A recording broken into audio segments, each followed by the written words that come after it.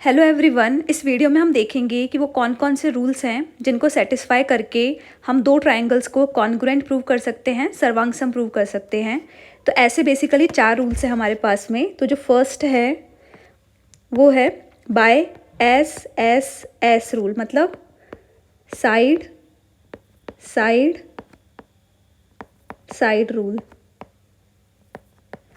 Second है हमारे पास में S A S rule, side angle side.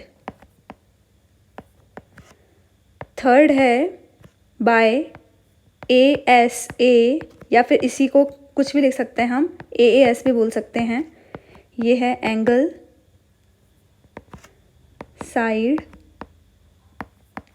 Angle. Fourth rule है जो केवल राइट एंगल ट्रायंगल के लिए है, वो है आर एच एस, जिसका मतलब हुआ right angle, hypotenuse, side rule. इन चारों में से अगर कोई भी एक रूल सेटिस्फाई हो रहा है तो हम ये बोल सकते हैं कि वो दोनों ट्रायंगल कॉन्ग्रुएंट हैं, सर्वांगसम हैं। तो जो फर्स्ट रूल है वो हुआ S S S rule, side side side, भुजा भुजा भुजा rule. S A S, side angle side, भुजा कोण भुजा रूल। ए एस ए या फिर A S, angle side angle, कोण भुजा कोण rule. R H S, right angle hypotenuse side rule, या फिर इसको बोल सकते हैं हिंदी में समकोण कर्ण भुजा रूल। ठीक है, अब हम स्टार्ट करते हैं फर्स्ट रूल से। तो जो फर्स्ट रूल है वो है एस एस एस रूल। इसका मतलब अगर दोनों ही ट्रायंगल की जो कॉरस्पॉन्डिंग साइड्स हैं वो इक्वल है तो इसका मतलब है कि वो ट्रायंगल कॉन्ग्रुएंट होगा। अगर हम इस केस की बात करें तो अगर यहाँ पर ए बी जो है वो डी ई के इक्वल है, बी सी जो है वो ई एफ के इक्वल है, और जो ए सी है वो डी एफ के इक्वल है, तो इस केस में ट्रायंगल ए बी सी और ट्रायंगल डी ई एफ जो हैं वो कॉन्ग्रुएंट होंगे, सर्वांगसम होंगे।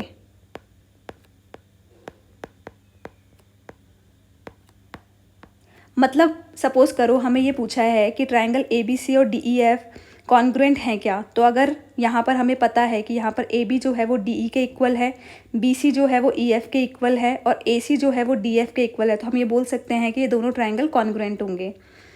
अब जैसे मान लो इसकी जगह ये दिया हुआ होता कि ट्रायंगल ए बी सी और हमसे पूछा होता ट्रायंगल डी एफ ई। यहाँ पर डिफरेंस है, यहाँ पर डी ई एफ है और यहाँ पर डी एफ ई है। तो इस केस में हमें क्या प्रूव करना होता कि अगर ए बी जो है, मतलब हमें ऐसे जाना होता है जैसे ये ए बी, तो यहाँ से हम लेंगे डी एफ।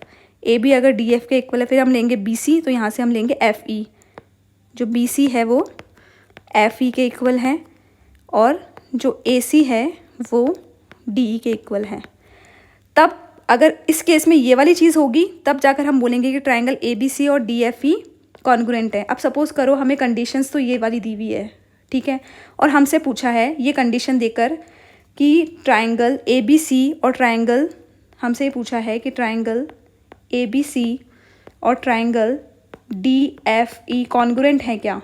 तो हमें ऐसा नहीं है कि हम बस हमने देखा कि हाँ ठीक है ट्रायंगल ए बी सी पूछा है और डी एफ ई पूछा है, तो हमने देखा ठीक है तीनों साइड्स इक्वल हो गई, कॉरस्पॉन्डिंग साइड्स, तो ठीक है ये होगा। लेकिन नहीं, यहाँ पर क्लियर देखो कि यहाँ पर डी एफ ई लिखा हुआ है, क्योंकि डी एफ ई करते ही चीज़ें चेंज हो गई, क्योंकि यहाँ पर हमें प्रूव क्या करना होगा, ए बी को डी एफ के इक्वल प्रूव करना होगा, जबकि हमें एक दिया हुआ क्या है, ए बी जो है वो डी ई के इक्वल दिया हुआ है। ठीक है, तो इस तरीके से हमें देखना है। सेकेंड रूल की बात करते हैं, तो सेकेंड रूल है एस ए एस रूल। तो एस ए एस रूल में क्या होता है कि अगर दो कॉरस्पॉन्डिंग साइड्स और उनके बीच का एंगल इक्वल है, जो एंगल इंक्लूडेड एंगल है, ठीक है, अगर वो इक्वल है तो हम बोलेंगे कि वो दोनों ट्रायंगल कॉन्ग्रुएंट हैं। तो अगर हम इस केस की बात करें तो मानो यहाँ पर अगर ए बी जो है वो डी ई के इक्वल दिया हुआ है, ए सी जो है वो डी एफ के इक्वल दिया हुआ है, मतलब ये वाली साइड इसके इक्वल हो गई और ये वाली साइड इसके इक्वल हो गई। अब इन दोनों साइड के जो बीच का एंगल कौन सा होगा, ये वाला, क्योंकि यही तो है, ये वाला एंगल ही तो है इन दोनों साइड के बीच का एंगल। तो अगर ये वाला एंगल इस एंगल के इक्वल है, मतलब अगर एंगल ए इक्वल है एंगल डी के, तो हम बोल सकते हैं कि ट्राइंगल ABC और ट्राइंगल DEF जो हैं वो क्या हैं, कॉन्ग्रुएंट। ठीक है, अब हम, ये तो एक चीज़ हो गई, एक कंडीशन हो गई। अब मान लो यहाँ पर ऐसा होता कि हमें दिया हुआ होता है कि जो AC है वो DF के इक्वल है और जो BC है वो EF के इक्वल है।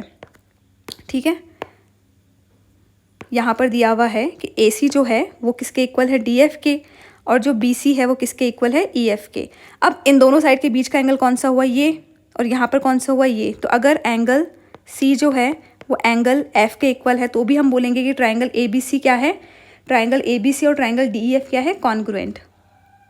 ठीक है, अब हम नेक्स्ट बात करते हैं कि मान लो ये दिया हुआ है हमें कि जो AB है वो DE के इक्वल है और जो BC है वो EF के इक्वल है। हमें ये दिया हुआ है कि जो AB है वो DE के इक्वल है और जो BC है वो EF के इक्वल है। तो अब इन दोनों साइड के बीच का एंगल कौन सा हुआ, यहाँ पर एंगल B और यहाँ पर कौन सा हुआ, एंगल E। तो अगर एंगल B एंगल E के इक्वल है तो हम क्या बोलेंगे, ये ट्राइंगल ABC और ट्राइंगल DEF क्या है, कॉन्ग्रुएंट। तो ये तीन कंडीशंस हुई, जिसके अगर ये दिया हुआ है तो हम बोल सकते हैं कि by SAS rule triangle ABC और ट्राइंगल DEF क्या है, कॉन्ग्रुएंट, सर्वांगसम है। ठीक है, तो ये हो गया SAS रूल। अब हम नेक्स्ट रूल करते हैं। हमारा नेक्स्ट रूल है बाय ASA। तो अगर हम इन दोनों ट्राइंगल की बात करें तो इन दोनों ट्राइंगल में कोई भी दो एंगल्स इक्वल हों एक दूसरे के और कोई सी भी साइड इक्वल हो तो हम बोलेंगे कि बाय ASA या फिर बाय AAS, ये कोई भी बोल सकते हैं, इन दोनों में से कुछ भी, ये दोनों ट्राइंगल कॉन्ग्रुएंट होंगे। तो अगर हम बात करें, सपोज करो यहाँ पर एंगल A जो है वो एंगल D के इक्वल है और एंगल B जो है वो एंगल E के इक्वल है। ठीक है, तो और कोई भी साइड इक्वल है, या तो BC जो है वो EF के इक्वल है या फिर AC जो है वो DF के इक्वल है या फिर AB जो है वो DE के इक्वल है। इन तीनों में से कोई एक चीज़ होगी तो हम बोल देंगे कि ट्राइंगल ABC और ट्राइंगल DEF जो है वो कॉन्ग्रुएंट है। अब यहाँ पर साइड का फ़र्क इसलिए नहीं पड़ रहा क्योंकि यहाँ पे दो एंगल्स इक्वल दिए हुए हैं। तो अगर दो एंगल्स इक्वल हैं तो तीसरा एंगल अपने आप इक्वल हो जाएगा। किसी भी ट्राइंगल के तीनों एंगल का सम 180 डिग्री होता है और हमें पता है कि दो एंगल्स जो हैं वो इक्वल है। यहाँ पर एंगल A जो है वो एंगल D के इक्वल है, एंगल B जो है वो एंगल E के इक्वल है। तो अगर हम बात करें तो यहाँ पर जो एंगल C होगा वो एंगल F के इक्वल हो जाएगा। ठीक है, तो यहाँ पर ये कंडीशन हो गई। तो ASA या फिर AAS जो है, इस रूल के लिए हमें क्या करना है, कोई भी दो एंगल इक्वल हो और कोई सी भी साइड इक्वल हो। ठीक है, अगर ये तीनों चीज़ें हो रही है तो हम बोल देंगे कि ये ट्राइंगल बाय ASA या फिर बाय AAS जो है वो कॉन्ग्रुएंट है, सर्वांगसम है। हमारा जो लास्ट रूल है, फोर्थ रूल, वो है RHS रूल।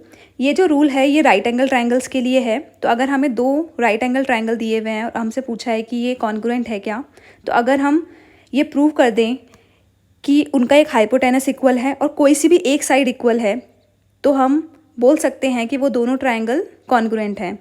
क्योंकि इस केस में एंगल तो इक्वल है ही, जो 90 डिग्री वाला एंगल तो इक्वल है ही। तो अगर हम इस केस की बात करें तो यहाँ पर एंगल B जो है वो एंगल E के इक्वल है क्योंकि ये क्या है 90 डिग्री, क्योंकि ये राइट एंगल ट्राइंगल है।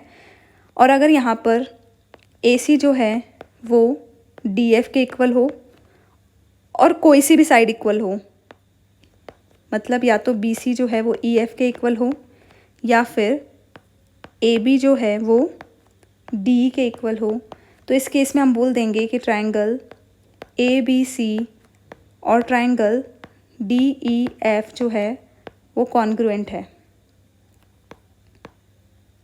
सर्वांगसम है। तो इस तरीके से हमने 4 रूल्स देखे जिसके थ्रू हम ये प्रूव कर सकते हैं कि दो ट्राइंगल जो हैं वो कॉन्ग्रुएंट हैं या फिर नहीं हैं। Thank you so much for watching this video.